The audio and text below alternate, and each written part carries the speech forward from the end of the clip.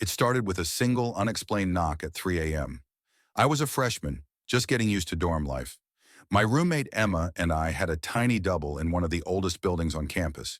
You know, the kind with creaky floors and peeling paint? It was charming, until it wasn't. One night, we both woke up to a loud knock. It came from the wall we shared with the next room. Figuring it was just the guy next door messing around, we ignored it. But then it happened again the next night and the night after that. Always at 3 a.m., always three knocks. Emma and I finally confronted our neighbor about it. But here's the thing. He looked genuinely confused. He told us his side of the wall was stacked with furniture. He hadn't even heard the knocking. That's when things got worse. The following night, the knocks weren't coming from the wall anymore. They were coming from inside our closet. I still remember Emma's pale face as she whispered, "Did you hear that?" We opened the closet together, hands trembling, only to find nothing. Just darkness. The final straw came a week later. I woke up to find Emma sitting bolt upright in her bed, staring at me with wide eyes. She swore she'd seen a shadowy figure standing by my bed, just watching me. We both packed up the next day and stayed with friends. I later found out that 2 years earlier, a student had died in that very room after collapsing from a seizure during the night. To this day, I wonder if they ever really left.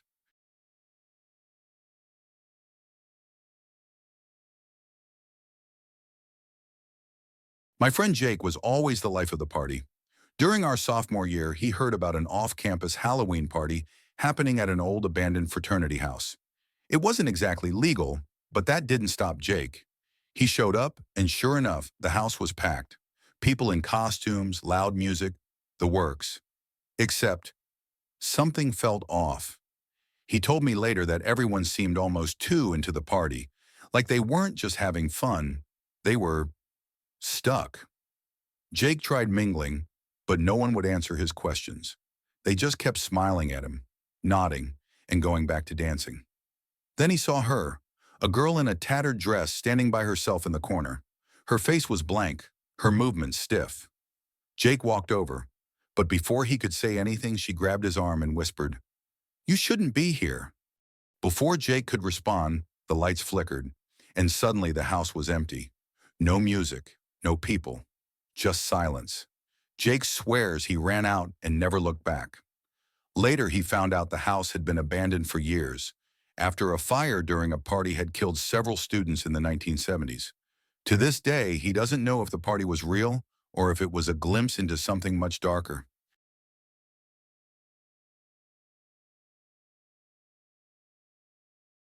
Every campus has its secrets, but some secrets are better left alone. My college had this creepy rumor about a network of tunnels running beneath campus. They were supposedly used during Prohibition and then abandoned. Of course, my friends and I thought it'd be fun to explore. We found an entrance near an old maintenance building. The air was cold, damp, and heavy, and the tunnels seemed to go on forever. At first, it was all fun and games, laughing, taking pictures. But then we heard footsteps, heavy, deliberate footsteps. At first, we thought it was campus security, but as we listened, the sound wasn't coming from behind us. It was ahead. We froze. The steps got louder, echoing in the narrow space. And then we saw it, a tall, shadowy figure at the end of the tunnel. It didn't move, didn't say a word. It just stood there, blocking our way. We turned and ran as fast as we could, not stopping until we were back outside. When we tried to tell others, no one believed us. They said it was probably another student. But here's the thing. One of my friends swears she saw the figure smiling, and in the weeks after, she kept having nightmares about being dragged back into the tunnels. Eventually, she dropped out, saying she couldn't handle being on campus anymore. I never went near those tunnels again, and honestly, I can't blame her. These stories prove one thing. Even the most ordinary places can hide the darkest secrets. What about you? Have you ever experienced something on campus you can't explain?